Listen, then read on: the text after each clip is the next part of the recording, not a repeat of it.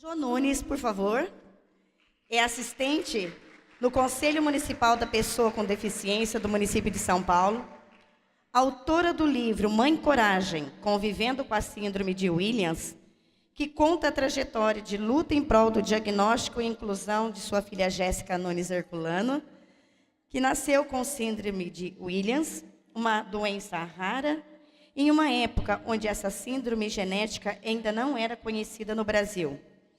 E é presidente e fundadora da Associação Brasileira da Síndrome de Williams. Convido também Marília Isaura Teles de Mello, pedagoga com especialização nas áreas de deficiência intelectual e deficiência física, mestre em educação pela Unesp de Marília, doutor em educação também pela Unesp de Marília, com linha de pesquisa na educação especial no Brasil. Atua como professora coordenadora do Núcleo Pedagógico na Diretoria de Ensino de Marília. Convido também Beatriz Musi Bortoli Rodrigues, mestre em Educação, Psicologia da Educação, pela Pontifícia Universidade Católica de São Paulo, supervisora de ensino efetiva dentro da Secretaria de Estado de Educação de São Paulo, com experiência na docência do ensino superior, graduação, pós-graduação, em cursos preparatórios para concursos na área da educação e gestão de redes de ensino. Recebeu o prêmio Construindo uma Nação Cidadã e foi dirigente regional destaque em 2009. Convido também Gina Lúcia Camargo de Mendonça Garcia, é pedagoga, com habilitação na área de deficiência visual, bacharel em Direito, mestre em Educação pela Unesp de Marília, com linha de pesquisa na Educação Especial no Brasil, atua como professora coordenadora no Núcleo Pedagógico da Diretoria de Ensino de Marília. Bem-vinda. Convido também Jaqueline Maria Bertoncini Topan, pedagoga, com especialização na área de deficiência auditiva, mestre em Comunicação pela Unimar de Marília, é professora de Educação Básica e atua como professora coordenadora do Núcleo Pedagógico da Diretoria de Ensino de Marília. É professora também na Sociedade Cultural e Educacional do Interior Paulista, Faculdade de Ensino Superior do Interior Paulista. Sejam bem-vindas. Convido Mônica Brandão Teixeira, que é coordenadora pedagógica da Oficina Municipal e também do Programa Melhoria da Educação no município, para fazer a mediação dessa primeira mesa. Bom dia a todos. Eu quero agradecer, para mim é uma honra poder estar aqui, e eu fico muito feliz quando eu vejo um monte de educadores juntos. E isso reforça, porque há 20 anos, 25 anos atrás, era muito difícil o diálogo. Porque eu sou de uma época que pessoa com deficiência ou ficava preso dentro de casa ou ia para uma instituição, né? Então, para mim é um momento muito histórico, né? Já está ali, né? A família, né? O papel da família, que eu acho que todo mundo sabe, que é o primeiro lugar onde o indivíduo vive, né? E todas nós aqui fomos educados para gerar filhos perfeito e maravilhoso. E aí eu pergunto para vocês, quem é perfeito? Né? E comigo não foi diferente, né? Eu tinha 2 meninos, sonhava em ter outro, tive uma menina, e a gente sempre acha que só tem pessoas com deficiência na casa do vizinho, nunca na nossa casa. E aconteceu comigo, né? E, né, dentro da família tem o cuidador de pessoa com deficiência. 79% são mães. Nós somos trabalhadoras informal, não recebemos nada. Muitas vezes a gente para a nossa vida porque a gente tem que viver a vida dos nossos filhos. E eu sempre brinco, né, que mãe de pessoa com deficiência sabe muito fazer crochê, tricô, bordado, fofocar, porque a espera é muito em sala de terapia, então a gente aprende tudo. E somos percebida como a única pessoa responsável pelos nossos filhos. Tudo que acontece é a mãe que é a culpada, né? E lá em São Paulo, eu trabalho no Conselho da Pessoa com Deficiência desde 97, e o índice de câncer, de doença no cuidador, ele é muito alto, porque a pessoa só vê a imagem do filho, da pessoa com deficiência, e nunca olha quem está por trás, né? E aí, o que é ter um filho diferente? Incerteza, porque quando nasce lá na maternidade, a gente vê que é diferente, mas falar para quem? Né? Quando eu vi uma criança diferente, eu chamei a enfermeira e falei, o que essa menina tem? Ela saiu e na hora me veio um psicólogo dizendo que eu estava tendo depressão pós-parto e saí de alta com uma recomendação assim, não deixa essa mãe sozinha com a criança que ela pode matar. E eu fui para casa consciente que eu tinha uma filha diferente, né? E aí o desamparo, porque sabe aquelas lembrancinhas que a gente faz durante a gravidez para dar para quando vai?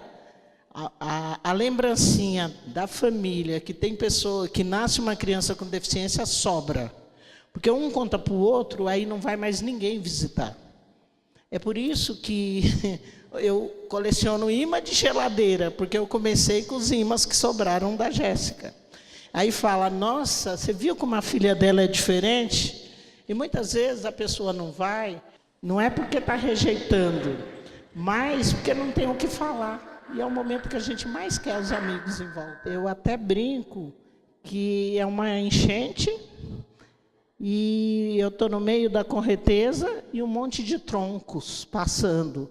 E a gente tenta se agarrar em algum quando aparece. Então, essas visitas seria esse tronco para a gente se agarrar. Isolamento, porque aí você sai com o seu filho numa festa, numa atividade de lazer, aí vem alguém e fala, o que essa criança tem? Nossa, o meu tem a mesma idade, já anda, já fala. E aí você já não quer mais sair. Por isso que tem isolamento. Muitas vezes fala, lá perto de casa tem uma mãe que ela não sai com o filho. Eu fico imaginando o tanto que essa mãe tentou e se isolou, né? E aí, renúncias, né? Eu tinha a minha carreira, eu trabalhava, tudo. E chegou um momento que eu tive que escolher ou a minha carreira ou a minha filha. Graças a Deus, hoje, eu falo com muito orgulho que eu escolhi a coisa certa, a minha filha. Preconceito e discriminação. Que os nossos filhos são olhados como uma criança problema. Sempre falava assim, lá vem a Jô e o arrastão. Né? Então, todo lugar, minha filha, o apelido era o arrastão. Porque era aquela criança que fazia bagunça, tudo, muito feliz, muito alegre. Nós não somos conhecidas pelos nossos nomes. Eu sempre fui conhecida como a mãe da Jéssica. A gente não tem nem identidade, né? Responsabilidade, porque nós somos sempre... Aí fala assim, essa mãe se culpa. É a sociedade que põe esse sentimento de culpa. Porque tudo que acontecer é a mãe que é a culpada. Né? Eu brinco, né? Eu já escrevi um livro, estou escrevendo mais 2, e um dia eu quero escrever um livro de bilhete de escola, porque eu guardei aqueles caderninhos e eu já recebi muitos absurdos. Tipo assim, mãe, não bate na sua filha em casa porque ela está batendo nos colegas.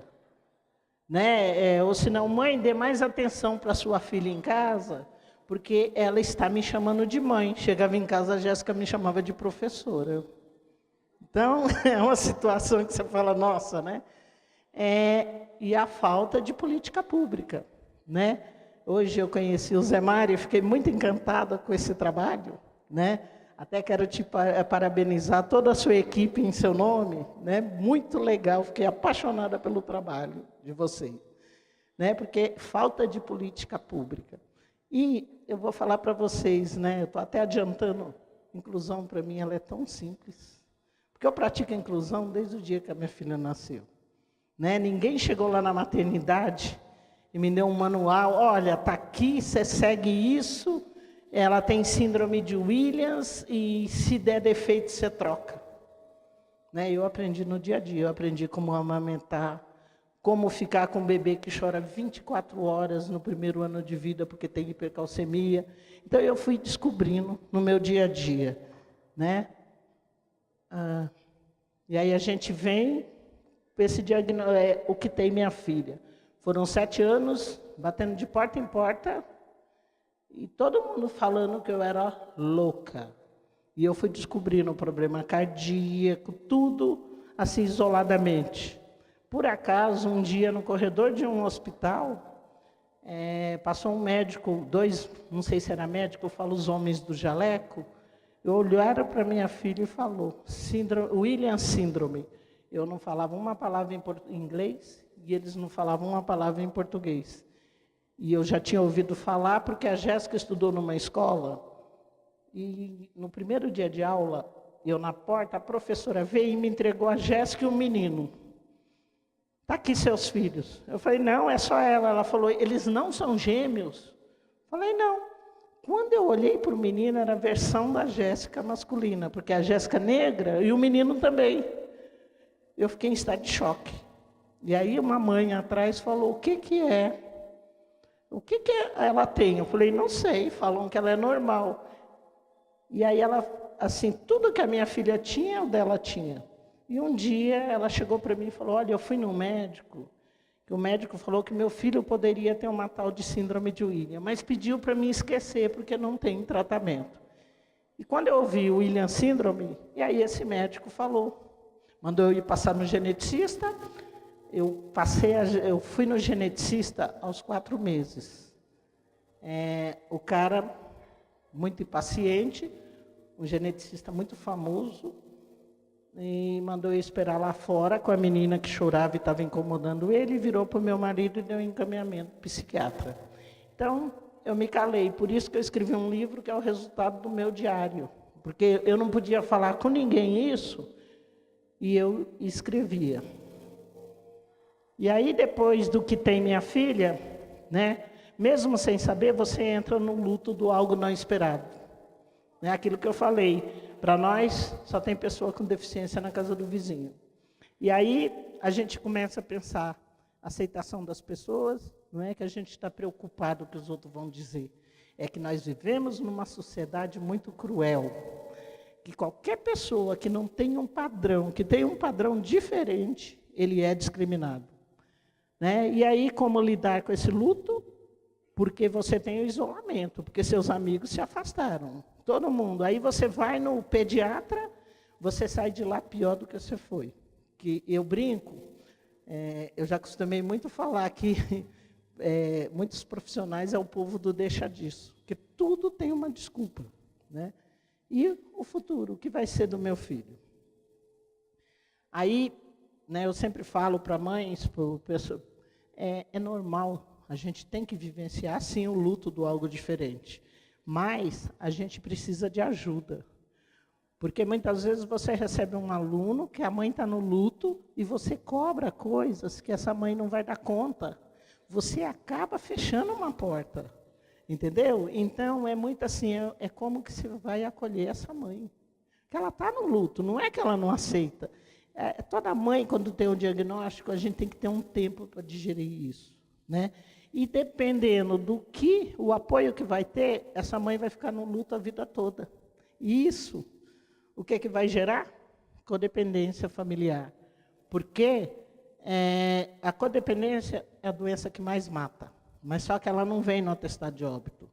Essa mãe, ela para de viver a vida dela para viver a vida do filho. Entendeu? E muitas vezes foi ocasionado lá, no luto, que ela não teve esse apoio. Né? E aí o que acontece? As pessoas vão tudo para segundo plano e ela apanha uma redoma. Eu faço um trabalho em todo o Brasil com famílias. Eu vejo mãe com um cara de 25 anos dando banho, chamando o meu bebê, infantilizando. Isso é resultado da codependência. E isso não é culpa da mãe, não. Foi que ela não teve ajuda necessária na hora do diagnóstico.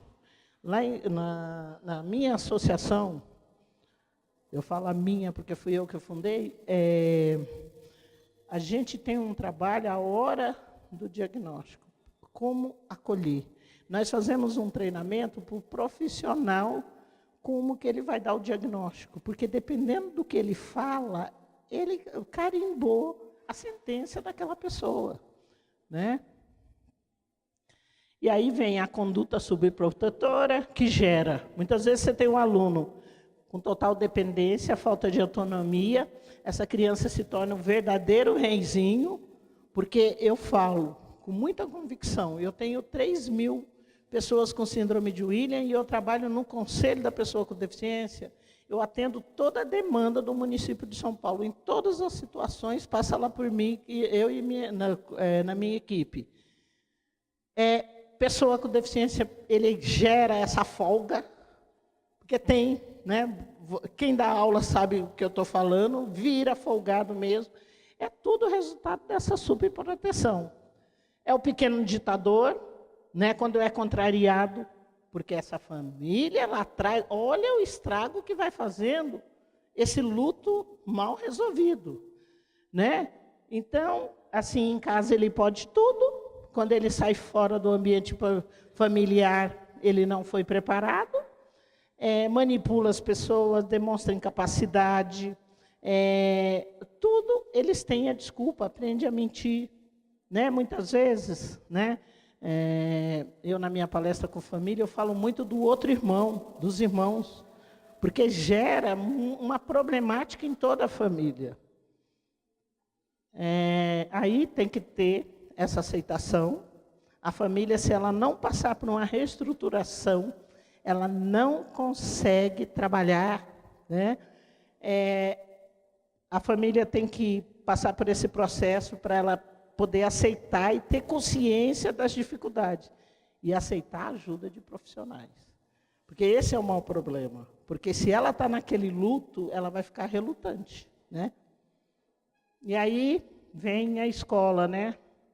A escola para todos. A escola para todos que eu imagino é igualdade, respeito, diálogo, luta pelos direitos, expectativas. E aí eu sempre pergunto, a gente alfabetiza ou prepara para a vida? Que eu vejo pessoas presas numa coisa, meu filho tem que aprender a ler, tem que aprender a escrever, ou meu aluno tem que aprender a ler e escrever. Quantas pessoas que a gente conhece que não tem deficiência nenhuma e não conseguiu se alfabetizar e se vira muito bem? Porque, vamos supor, você vai ser transferido e morar na China. Lá você vai ser alfabetizado? Você não vai ter que se virar? Então, é isso que eu sempre trabalho, com a família e com a escola.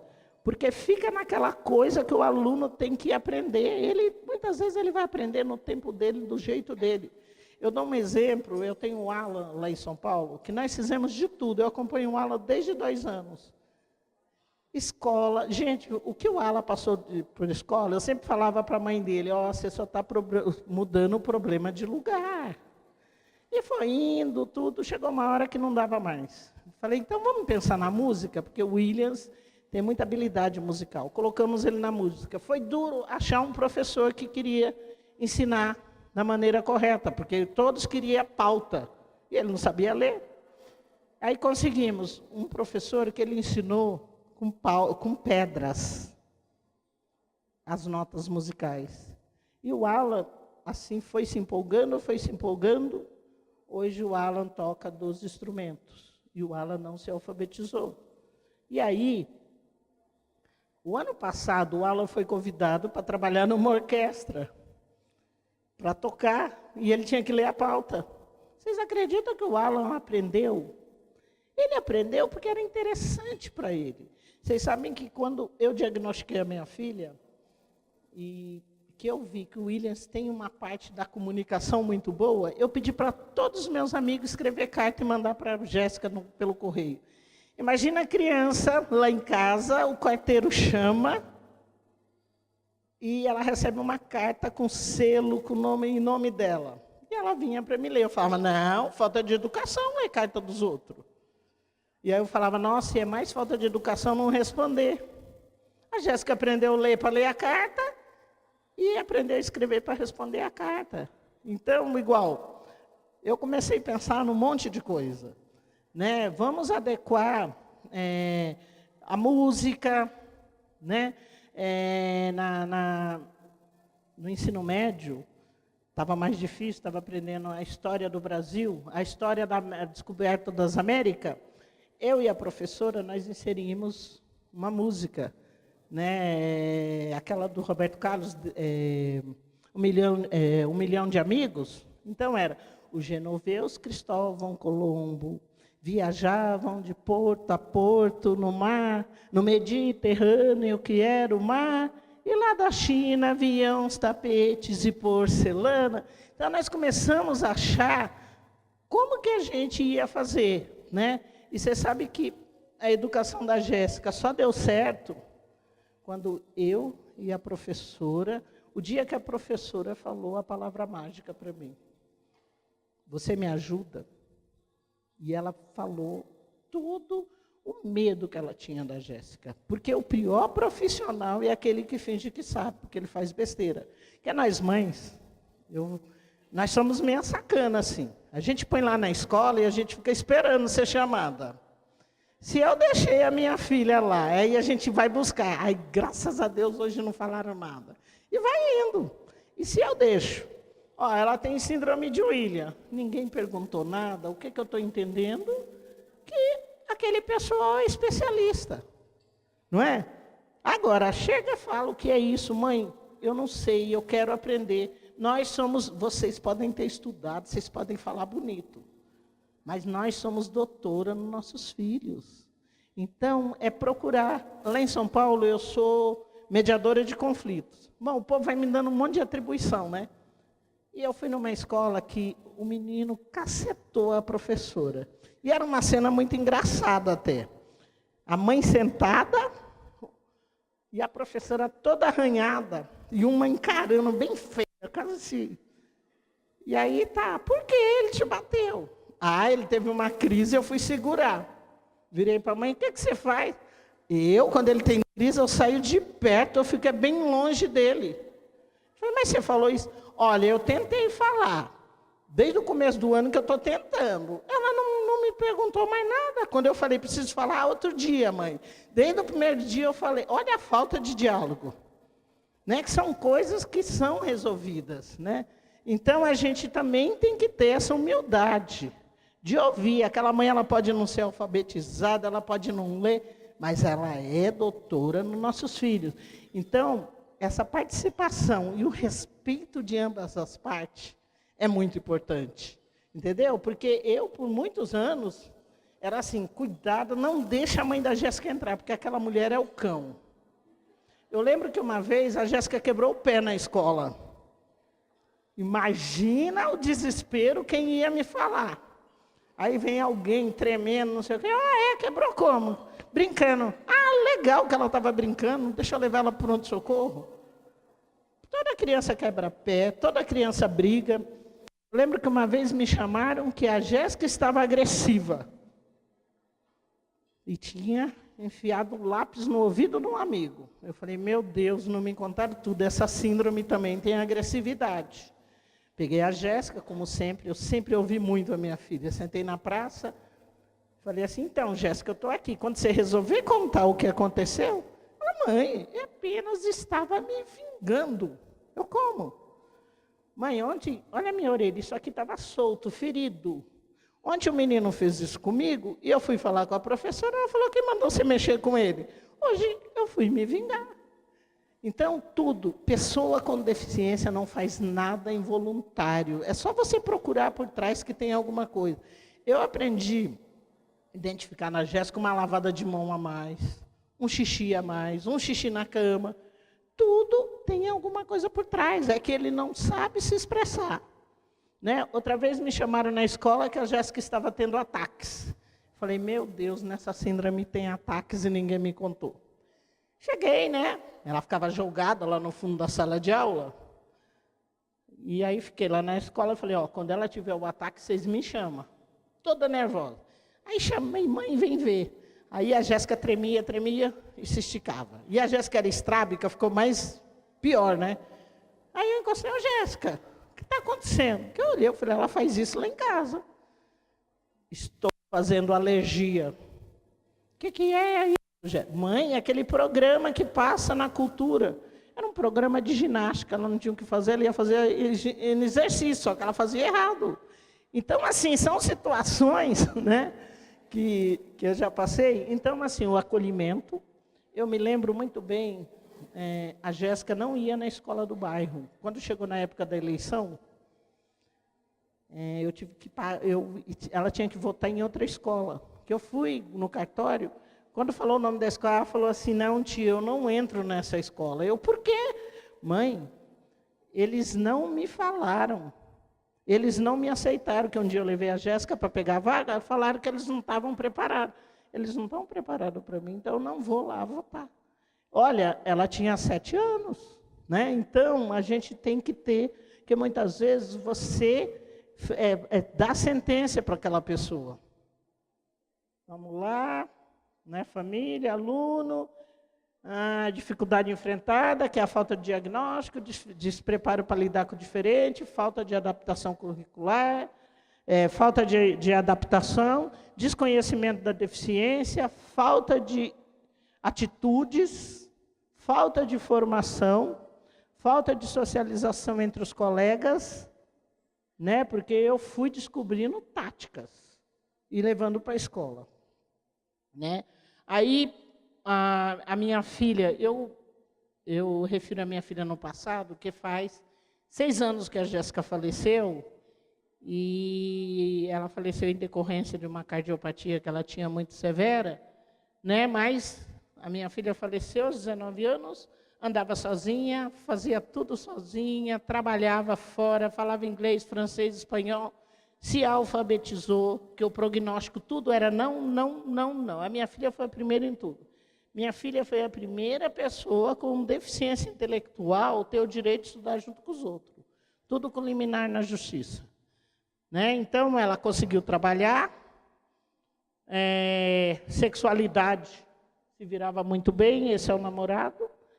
Falava que queria ter trigêmeos, arranjou um filhote de cachorro, ela entendeu que dava trabalho o filho, né? Estão namorando, né? Depois que a Jéssica faleceu, eu adotei o Vinícius, que tem paralisia cerebral e baixa visão, que chegou em casa numa total situação de dependência, e hoje se vira muito bem. A falta de políticas públicas, as políticas públicas, que isso é com vocês. As leis, né, que tem hoje a LBI, que estamos discutindo. Eu acho que todo município tem que, sim, contribuir, discutir a LBI para que ela seja implantada e regulamentada na maneira certa. A Convenção da ONU, a Política Nacional para a Integração. A minha lição de vida, que as qualidades superam as dificuldades, toda pessoa é capaz, não existe manual de pessoas, você pode ter 10 alunos com síndrome de Williams. Cada um é uma pessoa, porque muitos professores me procuram querendo um manual.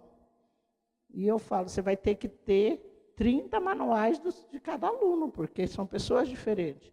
Tratar as pessoas de forma igual, respeitar as limitações e acreditar na capacidade das pessoas. Né? A minha filha faleceu em decorrência de um transplante, né? As homenagens à escola que eu briguei muito, que ela estudou, tem o nome dela, aluna Jéssica Nunes Herculano, tem um auditório lá em São Paulo com o nome dela, tem uma casa de apoio, pena que é em morte, porque a Jéssica ia amar ser dona da escola, coitado do povo. Né? E eu vou acabar com essa reflexão, palavras da Jéssica, porque a Jéssica era palestrante, e ela sempre falava isso. Me magoa muito lembrar dos professores que não me aceitaram. Mas eles perderam a oportunidade de morar no meu coração, porque todos que me aceitaram têm um lugar especial. Isso, a Jéssica estudou numa escola que a professora, naquela época, há 20, 25, 22 anos atrás, a professora tinha aversão para a pessoa com deficiência. Eu tive que mudar, eu mudava a Jéssica de horário. Se a professora estudava aula de manhã, eu ponhava a Jéssica à tarde, eu trocava, porque era um conflito muito grande. Se passaram anos, a Jéssica entrou no ônibus do bairro, e estava a professora sentada, e a Jéssica, como sempre, com a revista debaixo do braço. Claro, que a minha filha era, eu sempre brinco que a Jéssica era chefe de quadrilha, né? Ela correu, sentou do lado, ela lia e olhava para a cara da professora. E aí ela deu o cutucão e falou, viu, você não quis me ensinar, mas eu aprendi. E aquela professora começou a chorar. Então, muitas vezes, o que a gente faz hoje, a gente está dando a sentença para o aluno, né? Esse é o meu livro e aqui está o meu contato. Muito obrigada.